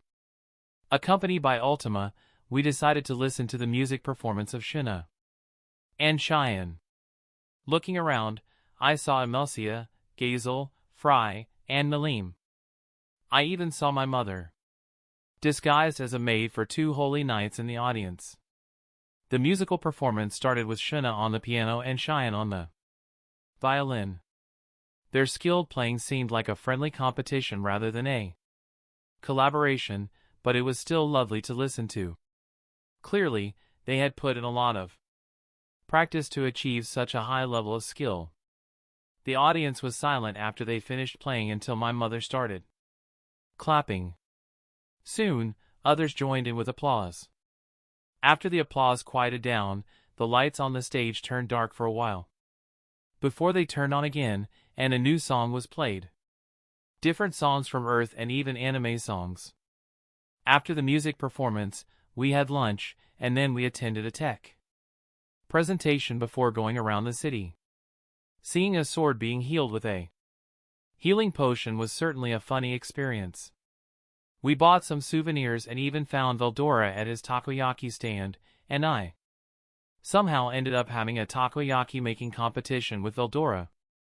Of course, after my first failed attempt, I didn't resort to cheating. Hey, don't be like that, Persephone. I screamed mentally. It seems Master is a sore loser. Did you say anything? No, Master. Thought so. Yesterday marked the end of the first day of the festival. Today, we decided to visit the opera house, and I didn't expect to run into my mother there, but it was a pleasant surprise. She seemed to enjoy the music of Tempest. After the opera, we decided to grab a bite to eat at Shuna's cafe. The food was delicious, and it was the perfect way to refuel before exploring the nearby market. As we walked through the market, we were surrounded by vibrant colors and sounds. We saw a variety of different stalls selling different Tempest specialties. We also saw some shadow generals just walking around enjoying their time off. Apparently, due to Masayuki not participating, there were a few changes in the tournament. There wasn't anything about the 4 Heavenly Kings, and there were 2 different participants, namely Hakuru and Igris. Copyright. I don't know why Hakuru decided to join, but what I know is that I want to see the battle between the both of them. 2 people dedicated their lives to polish their swordsmanship. That's something I'm waiting for, but from the matchup I saw, that would only happen if both of them enter the finals. Currently, the last fight of the day is being held, Lion Mask vs. Igris. The final day of the festival arrived, and I'm awaiting the final of the tournament. Ultima and I decided to go and watch the final match, as it was a match between Hakuru and Igris. The long-awaited finals have finally arrived, Salka announced. The public cheered, and when their voices died down, she continued. Who will emerge victorious in this epic battle between the representatives of Demon Lord Rimuru and Demon Lord Ashbourne? It's not just a clash of subordinates but a showdown between two individuals who have honed their skills to perfection. Get ready for a heart-pounding duel that will leave you on the edge of your seat. The cheers returned, with half being for Hakuru and the other half for Igris. Apparently, during the previous battles, they gained their attention due to their swordsmanship, and now that both of them are facing each other, the people are interested. That's especially true for swordsmen, who now look at them with shining stars in their eyes despite being monsters and subordinates of demon lords. This won't be a battle of power. Otherwise, Igris would have won it easily. No, this will be a battle of pure skill, and I can't help but get excited. Let the battle begin. As they charged towards each other, their swords clashed, creating a shower of sparks. It was a breathtaking sight to behold, one that showcased the incredible skill and precision of both Hakuru and Igris. Despite their different styles, both swordsmen were incredibly skilled and had trained for hundreds of years to become the formidable swordsmen that they were. Hakuru's swordsmanship style was more reminiscent of Japanese techniques, with precise strikes and fluid movements that allowed him to seamlessly transition from one attack to the next. Meanwhile, Gree tended to utilize European techniques, favoring a more aggressive approach that relied on quick strikes and powerful blows. Despite their differences, both warriors were evenly matched, and the battle raged on for what felt like hours.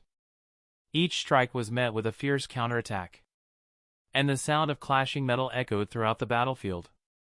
Neither of them was going to back down, and the intensity of the fight only seemed to increase as time went on. With a final burst of energy, Igris landed a devastating blow that sent Hakuru backward, giving him enough time to win. The battle was over, and Igris won.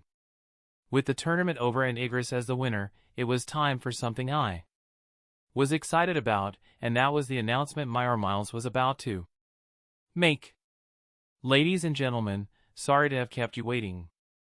The facility that we are about to demonstrate is the pride of the Tempest Federation, the extremely challenging dungeon.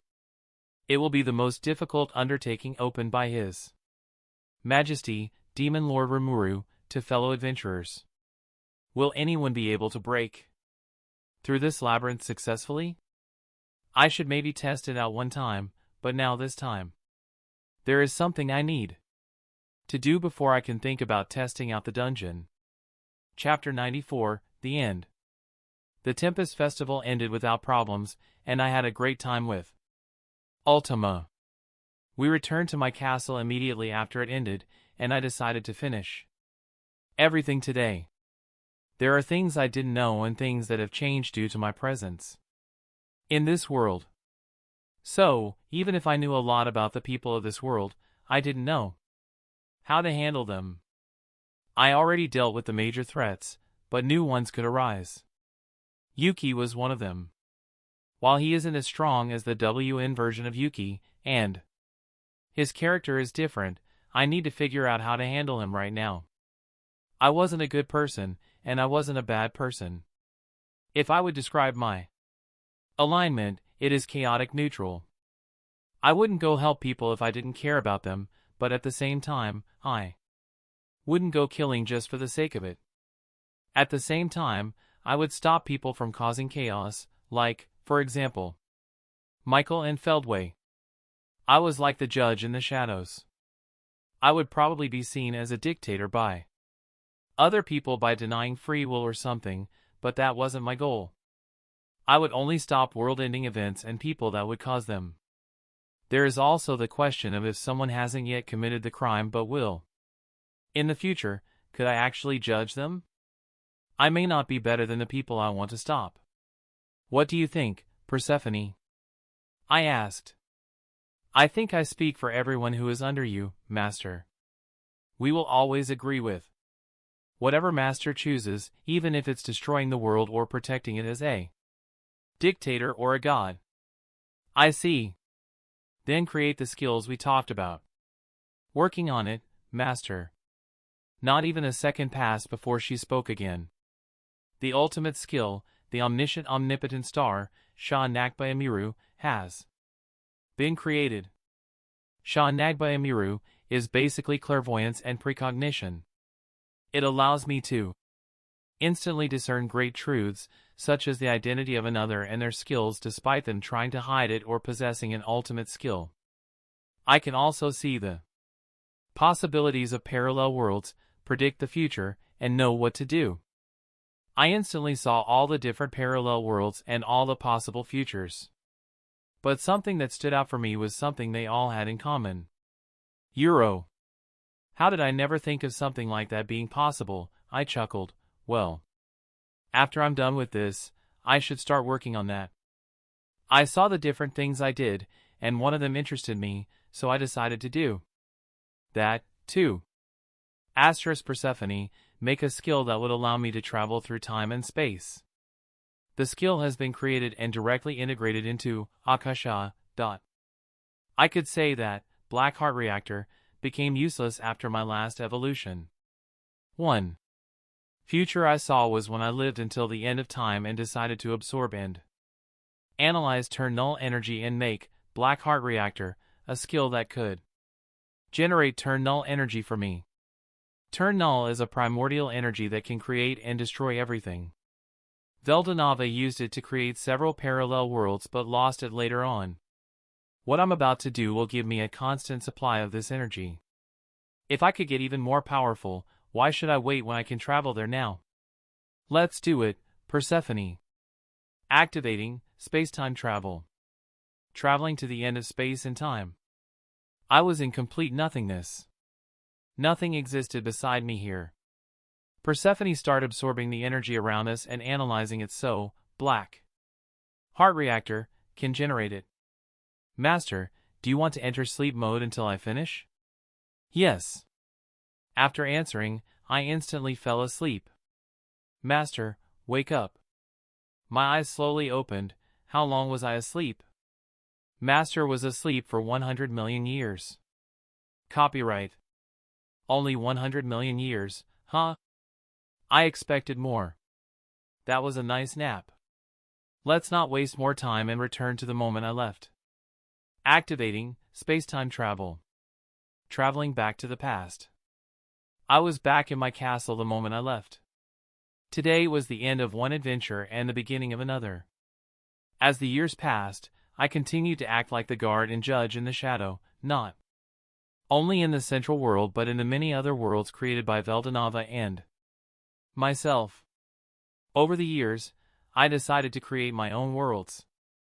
Having an unlimited supply of turn null made it so I could create them without ever being able to run out.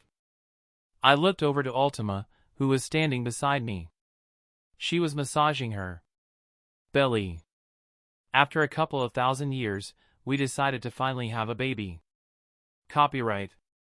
To think I would become a father. I remember my mother's reaction when we told her the news.